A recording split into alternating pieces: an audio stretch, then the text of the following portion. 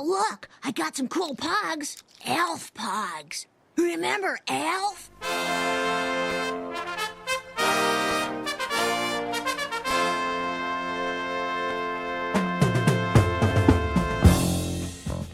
Hello there, welcome back to Blue Harvest Vintage Toys. On today's video I'm going to be looking at the playground craze that took the world by storm back in the 1990s.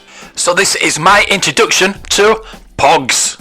When the Helicola dairy food product consultant Mary Soon invented a new drink combining passion fruit, orange and guava flavours in 1971, she likely had little idea she had set in motion a chain of events that would lead to a collectible sensation. The Hawaiian Dairy's drink was branded fairly simply passion fruit, orange, guava, or POG for short. If you were a child of the 1990s or had children of your own at the time, you may already be seeing where this is going. Pogs eventually became a playground game that felt for a few years like it was going to take over the world.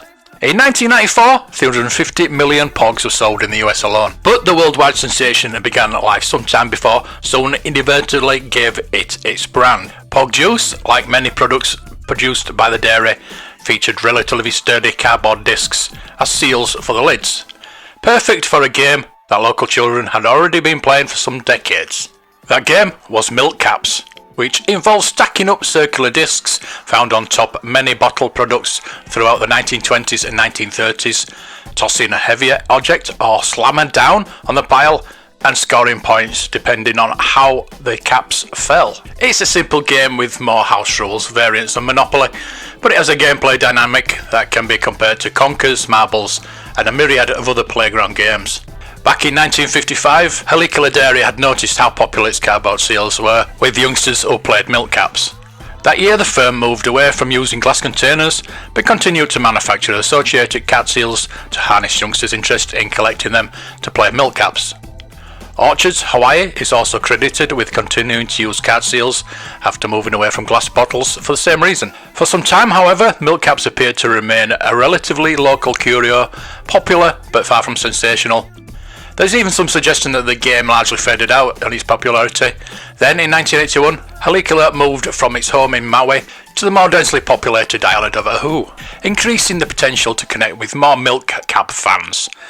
That same year, according to the legend, a local teacher and guidance counsellor named Blossom Galbiso introduced the milk cap games she had played as a child to her students, in an effort to focus them on less violent alternative to typical playground games that involved rough housing and grazed knees. That decision sparked a craze that spread across the island of Oahu and then across Hawaii into the United States, where it built the momentum to go international.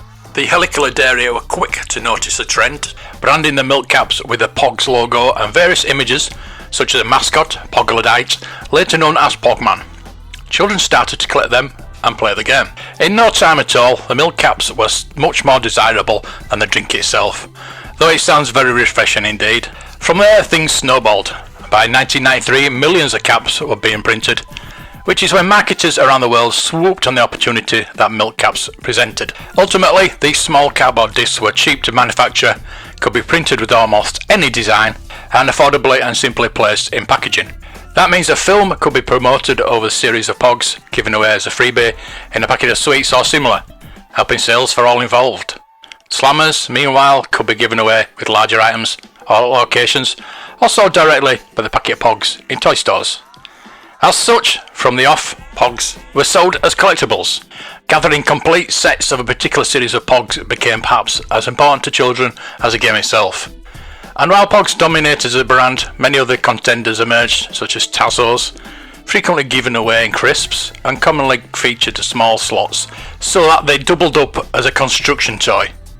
Then there were Sky Caps, Slammer Whammers, and endless other variations.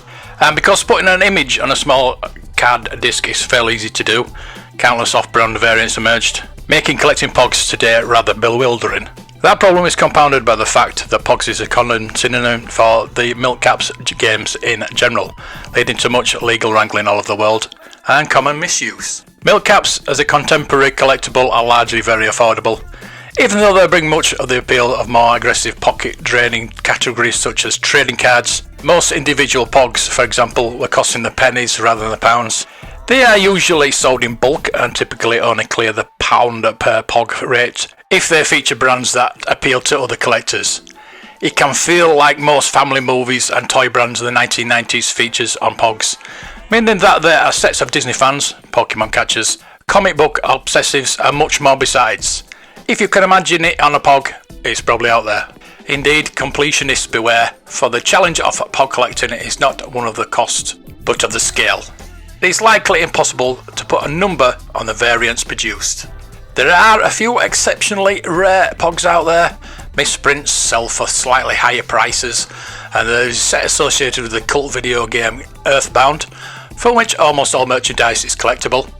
They have sold for over $200 in the US, though we recently saw a set misdescribed by the seller shift for $2. And much more commonly, you see job lots of various milk cap toys in the thousands go for a few £100s. Perhaps the most interesting milk cap collectible category then are the pre-Pog examples, and those early examples emblazoned with the word Pog that were only ever invented to seal juice in bottles. Frequently between £5 and £10 each, Hawaiian milk caps from 1971 and before are wonderful items and usually have a staple through their centre. Part of the original packaging, there is a Pog for every taste, but it is the milk caps actually designed to be caps for milks that I find most beguiling. And if you were wondering, you can still get Pog juice in Hawaii, though the dairy that created it rather got left behind when its product sealed turned marketing sensation became a global phenomenon. It sold the Pog trademark to the World Pog Federation in 1993, just before the craze really bedded in. So there you go, hope you liked that little history lesson on the Pogs. I do like to mix it up and do something a bit different, and if there's anything that you want me to talk about, let me know. Please feel free to leave a comment, drop a like, and if you like the channel, please subscribe. Thank you for watching, and until the next time, may the toys be with you.